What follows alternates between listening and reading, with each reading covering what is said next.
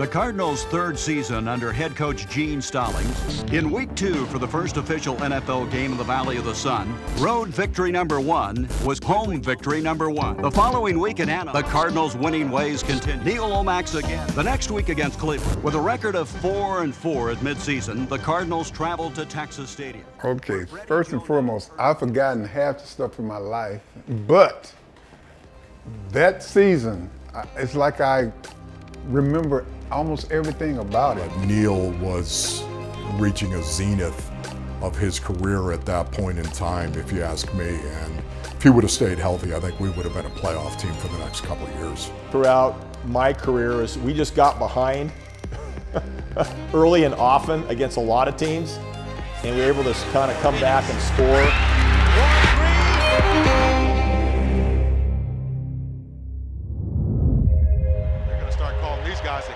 Cardinals again.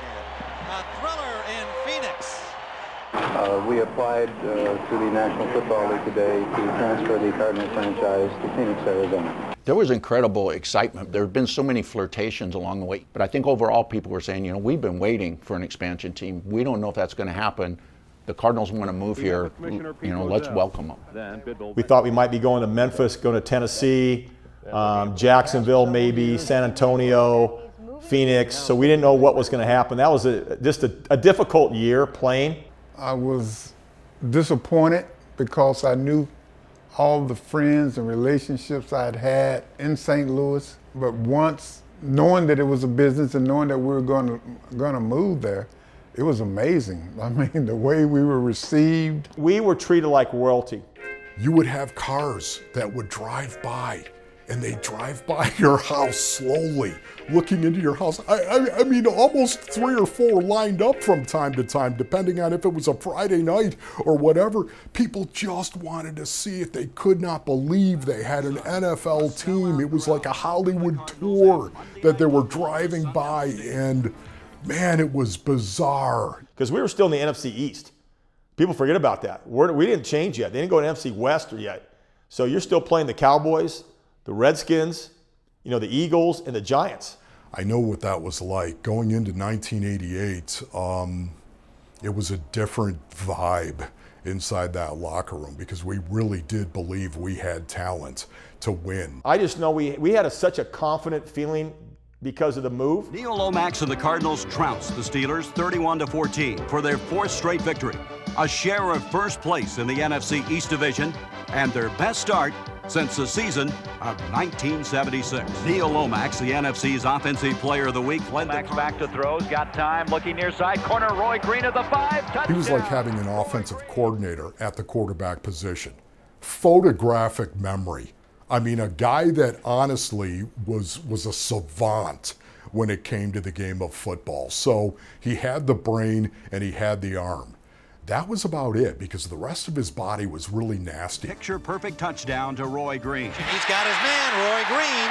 Roy Green's clutch catch.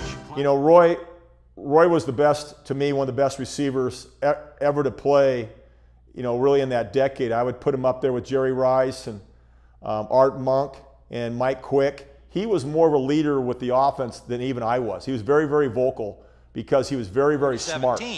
So now the Giants at 7-3. We just felt like now's our time to make this run into the playoffs. And that was about the time when we were going to meet the 49ers, who were leading in their division. Live from Sun Devil Stadium in Tempe, Arizona, the San Francisco 49ers meet the Phoenix Cardinals, a big game for both teams. You know, throughout my career, we just got behind early and often against a lot of teams. Young finally lets it fly. Touchdown, Brent Jones.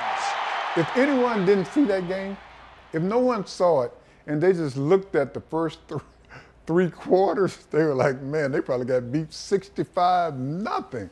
I mean, what the hell? What are we doing? Our offense was pretty good, and it's 23-0. I mean, this ain't happening. We're going to kick it in gear here, and we did. The things that I can point out that people never even think about was so important for us to win that game. As I said, you know, with 16-0 at halftime, it could have been easily 2 more touchdowns. Early on in that third quarter when they were rolling us, and they were rolling us in that first half, people were exiting. And I remember I got up and I hung over the fence for the first and only time of my NFL career, and I yelled at him. I was yelling, "You're gonna miss the greatest comeback in the history of this team." We had to go for a 4th down, right? 3rd down, 2 to go.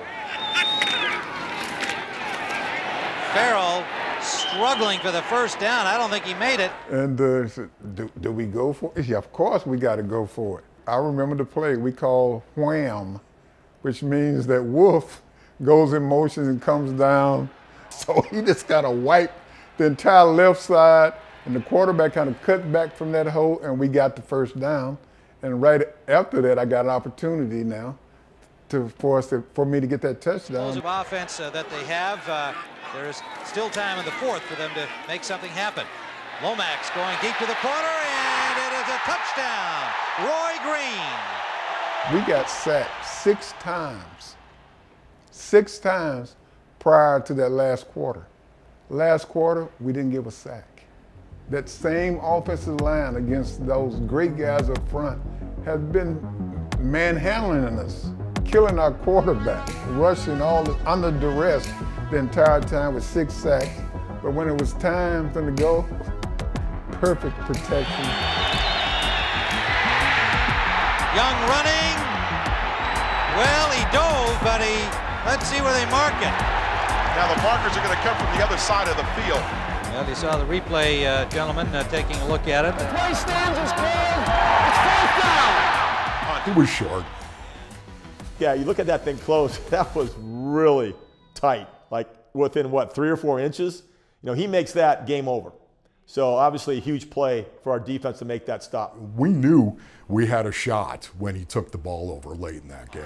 Keep in mind, 1:27 left. and keep in mind, the Cardinals have no timeouts remaining. As you see there on the graphic, San Francisco's got 1. That means they've got to work that sideline now, as we talked about earlier when they were in their hurry-up or fast-forward offense, like I like to call it. Yeah, we had a lot of situations like that. And you kind of go back and say, why can't we just start the game like that? We were very good at that, hurry up. We were very good at that. That's kind of, well, not kind of, it is what Lomax was about. We just had such a confidence of, you know, my knowledge of what our receivers were doing with JT and Novacek and Roy especially, and how we adjusted everything based on coverage. You know, we would all talk about it on the sideline. Hey, what's available? You know, what can we do? What coverage you getting, Roy? Whatever. We talk about it, and we know from our heads, so what would be that best play for it? And last charge timeout, San Francisco. I was on the sideline, and Earl Farrell was the fullback into that game, but I will never forget that last play. That was a thing of beauty.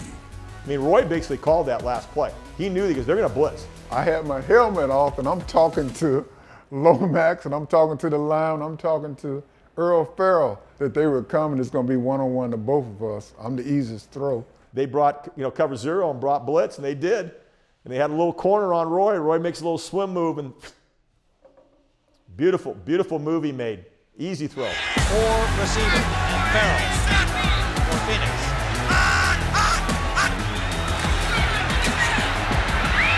Roy Green, touchdown. They're going to start calling these guys the cardiac Cardinals again. There's a lot of reasons why we won, but, you know, thankful though, I got the reward for it. And I'll never forget the unbelievable feeling of stuff can happen. You know, I mean, if you just believe, stuff can happen. And the fact that it actually came to fruition when I allow myself to think about it, and it's 2:30 in the morning and the shadows are creeping across the ceiling. You saw us all jumping, throwing. Me and JT tried to jump. You know, we were so tired first, we couldn't get about that high. It's not very high. But yeah, you're excited about it. That's what it's about, man. I haven't seen the game in a long, long, long time. Someone from YouTube brought it up about 10 years ago at some function I was at.